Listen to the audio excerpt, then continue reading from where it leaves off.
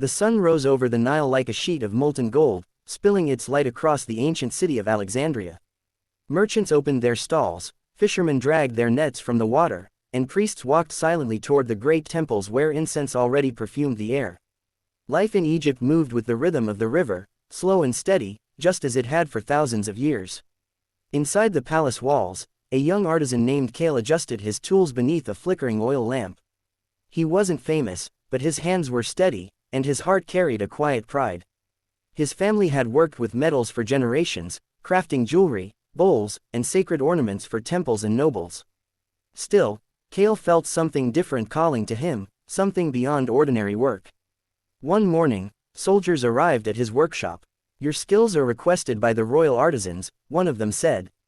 "Come with us." Kale's hands trembled as he followed them through streets he had walked all his life, now suddenly unfamiliar. The palace gates towered ahead like giants of stone, their surfaces carved with stories of gods and queens. Inside, the air felt heavier, filled with power, secrets, and expectations. He was brought into a long hall where other skilled workers sat in silence. On the far end, a master craftsman stepped forward.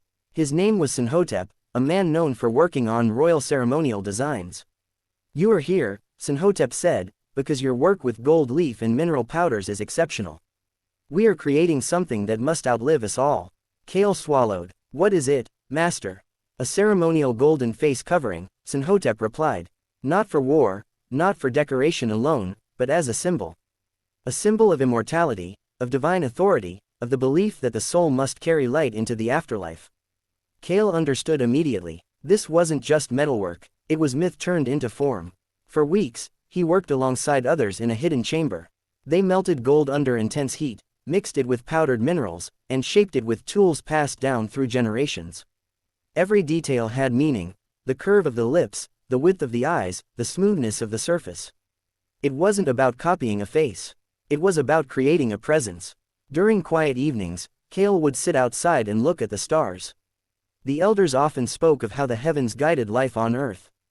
Gold, his father once told him, is not just a metal. It is captured sunlight. Now Kale finally understood. As the days passed, whispers filled the palace. The piece they were creating was meant to honor a legendary ruler, someone whose name carried power even after death. Not a goddess, not a myth, but a human shaped by destiny. Yet, this story wasn't about her alone. It was about the people whose hands turned vision into reality. Kale noticed small details: how Senhotep always hesitated before the final layer of gold, how the priests murmured prayers before entering the chamber, how silence filled the air every time the golden surface reflected firelight. One night, as the lamps burned low, Senhotep spoke softly. "Do you know why we cover the face in gold?" he asked. Kale shook his head. "Because gold does not decay.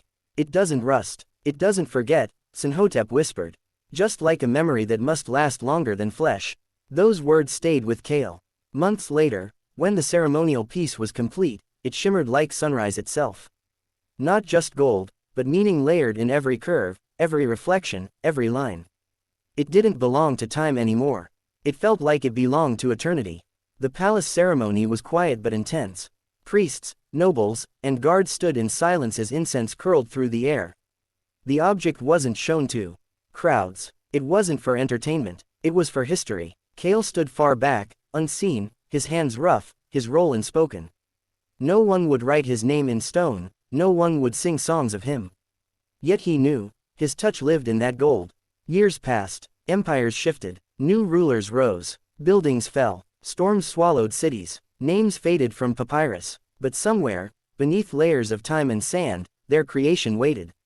Not as a symbol of power, but as a reminder of human hands, of human belief, of people who tried to capture eternity using simple tools and silent devotion. And long after Kale's bones became dust, when future generations looked upon the golden surface, they would not see just a face. They would see a story of life 1,900 years ago, a story of how humans tried to turn mortality into forever.